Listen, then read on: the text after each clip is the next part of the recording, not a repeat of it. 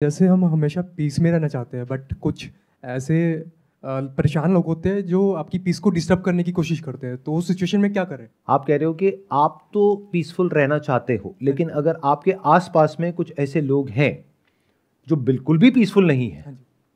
तो क्या करें? इसका मतलब क्या है कि आप उन लोगों से पीछा नहीं छुड़ा सकते हो। अगर छुड़ा सकते होते तो ये क्वेश्चन नहीं पूछते।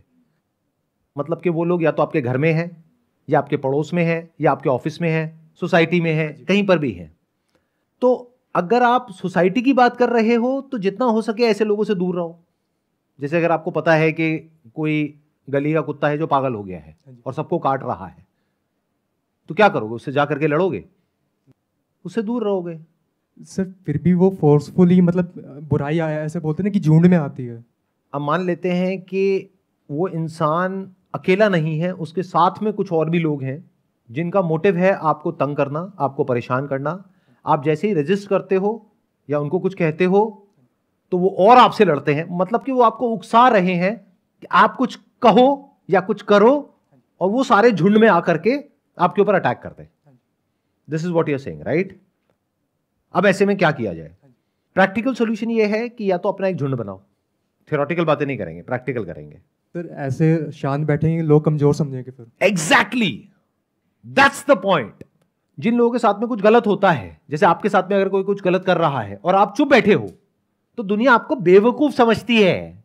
तो मैंने क्या कहा है अपने कई सेशंस में, you need to be as powerful as possible, as powerful as you can, not to dominate others but to defend yourself. खुद को कैपेबल तो बनाना सर। बनाना ही पड़ेगा, ये दुनिया ही ऐसी है। This is called survival of the fittest. मतलब ये क्या है? अगर आप ध्यान से देखोगे, ये पावर गेम है, और ये आज से नहीं चल रही है, सदियों से चल रही है। और सिर्फ इंसानों में नहीं है, जानवरों में भी है। जानवरों में अगर आप ध्यान से देखोगे, जैसे कोई शेर है, चीता है, तो सबकी अपनी अपनी टेरिटरीज होती है।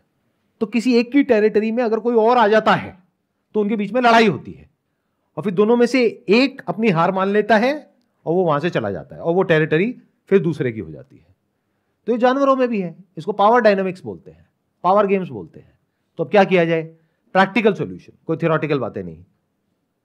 क्योंकि अगर कोई सामने से आपको गाली दे रहा है और मैं कह रहा हूं कि भाई शांत रहो, तो कब तक शांत रहो? चलो आपको गाली दे रहा है, आप शांत रह सकते हो, ठीक है। आपकी मां को गाली दे रहा है, शांत रहोगे? बाप को गाली दे रहा है, शांत रहोगे क्या? अब चाहे कुछ भी हो कॉन्सिक्वेंस, तुम्हें अपनी तरफ से कुछ गलत नहीं करना है। तुम्हें हमेशा शांति चाहनी है। तुम्हें हमेशा अपने माइंड में अपना जो एंड गोल है वो पीस को रखना है, यानी शांति को रखना है। लेकिन अगर सामने वाला अशांत है और शांति नहीं चाहता है और उसके लिए एंड रिजॉर्ट है लड़ना ही पड़ेगा, तो लड़ाई के लिए तैयार रहो।